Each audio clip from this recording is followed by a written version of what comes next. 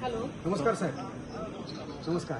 आमची अशी इच्छा आहे की ज्या मुलीवरती हा अत्याचार झालेला आहे त्या मुलीच्या आई वडिलांसोबत आपल्या भारताचे केंद्रीय मंत्री अमित शहाजी यांनी त्यांच्याशी बोलून त्यांच्याकडून आम्हाला आश्वासन पाहिजे. तुम्ही तो पाठपुरावा करावा म्हणून महाराष्ट्राचे गृहमंत्री आणि मुख्यमंत्री म्हणून तुमची जबाबदारी आहे. म्हणून आम्ही तुमच्याकडे त्याच दृष्टीने बघत आहोत. आज त्या मुलीचे आई बाबा मेल्यासारखे आहेत साहेब. आम्हाला तुमच्यावर विश्वास आणि आम्हाला तुमच्यावरती पूर्ण विश्वास आहे. म्हणून तुम्ही आत्ताच्या आत्ता सुनेत्रा वहिनींना सांगून अमित शहाजींचं बोलणं आई वडिलांसोबत करून द्या.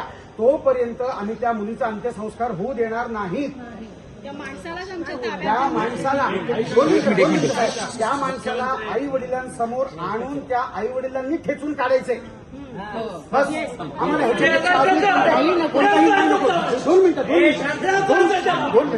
दोन मिनिटं साहेब. आणि 2 मिनिटं मला सांगा. फास्ट ट्रॅक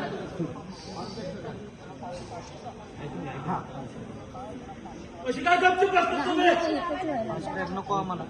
ऐका 2 मिनिटं मला एक सांगा फडणवीस साहेब.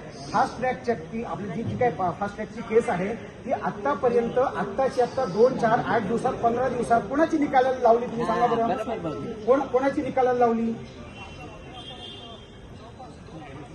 2 आठवडे नाही साहेब. 2 आठवडे ते जगतील त्या माणसं. 2 आठवडे शांत व्हा. फोन चालू आहे.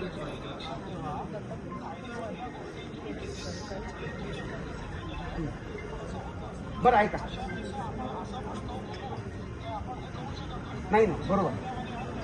बरं आम्हाला भडकवून बोलायचं नाही. पण मला एक सांगा, जर न्याय व्यवस्थेने जर त्याला 2-4 शिक्षामध्ये जर त्याला बाहेर काढलं जेलच्या आणि तो मस्त मोकाट फिरतोय आणि असे बलात्कार करत फिरतोय, मग न्याय व्यवस्था तेव्हा काय झाली होती? तेव्हा तुम्ही म्हटले का त्यांना कायदा वगैरे हातात घेतला नाही घेतला? हा बरं. सर तुमच्यावर विश्वास आहे बरं का पूर्ण. सुनेत्रा वहिनींना सांगा की जोपर्यंत त्या आई वडिलांना अमित शहाजी केंद्रीय गृहमंत्री म्हणून 2 मिनिट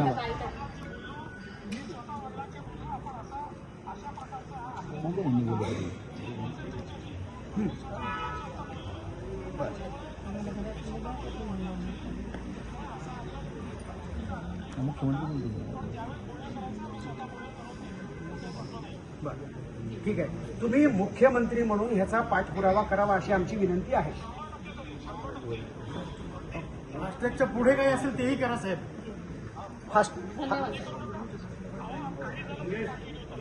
बस आमच्या समोर आम्हाला फाशी बघायची त्याची नाही. आणि फक्त ह्या केसबद्दल नाही, पुढे त्याच्यानंतर ह्या माणसाला फाशी दिल्यानंतर अशी घटना घडू द्या की सगळ्यांची फाटली पाहिजे. पुढे अशा घटना घडणार नाही अशीच शिक्षा व्हायला पाहिजे.